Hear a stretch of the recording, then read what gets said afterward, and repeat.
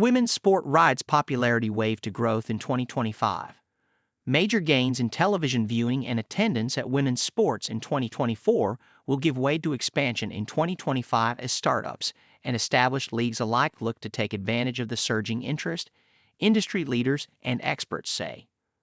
North America's top-flight National Women's Soccer League, NWSL, and Women's National Basketball Association, WNBA, both saw record viewing figures, while fans in the United Kingdom devoted more time than ever to watching the Women's Super League, WSL, and television ratings soared for Women's Premier League cricket in its second season. Deep-pocketed investors took notice, and growth will be the theme for 2025 as the WNBA welcomes its first new franchise since 2008, when the Golden State Valkyries begin play next year. The WNBA, which is also preparing for two more teams in 2026 in Portland and Toronto, had its most-watched regular season with 1.2 million average viewers on ESPN, according to the broadcaster, while an average of 1.6 million watched the finals, the biggest audience in 25 years. The league had enjoyed steady growth in recent years, but the surge was helped along by a compelling rookie class led by Caitlin Clark, whose record-smashing collegiate career was a watershed moment for women's sport in the United States.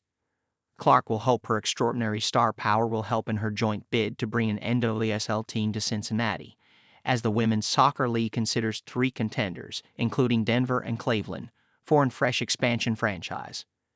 The league saw average viewership of 967,900 for this year's championship, up 18% from 2023, the NWSL said, and is preparing to expand to 15 members when a Boston team joins in 2026. The value of NWSL and WNBA teams is expected to grow by at least $1.6 billion over the next 3 years, according to research released late last month by the collective sports and entertainment agency Wasserman's Women's Division. The women's sports industry is an incredibly valuable and rapidly growing sector, the collective managing director Thayer Lavielle said in a statement. WNBA and NWSL teams are leading the charge, but this growth is not limited to these leagues. It's about the growth of the entire women's sports ecosystem. A PUC survey this year of more than 400 industry leaders showed 85% expected double-digit growth for women's sports revenues in the next 3 to 5 years, with soccer, basketball, and rugby in particular getting a boost from major events. The climate has been appealing for new outfits too, as Premier Lacrosse League last month announced a women's league that will debut next year, and the 16 Women's Professional Baseball League, WPBL, plans to kick off in 2026.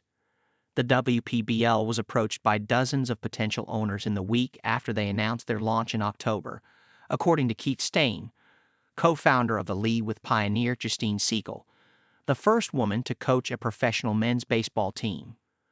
Over 40% of Major League Baseball fans are women, and women's professional sports, even women's collegiate sports, have never been more recognized by the public than today, Siegel told Reuters.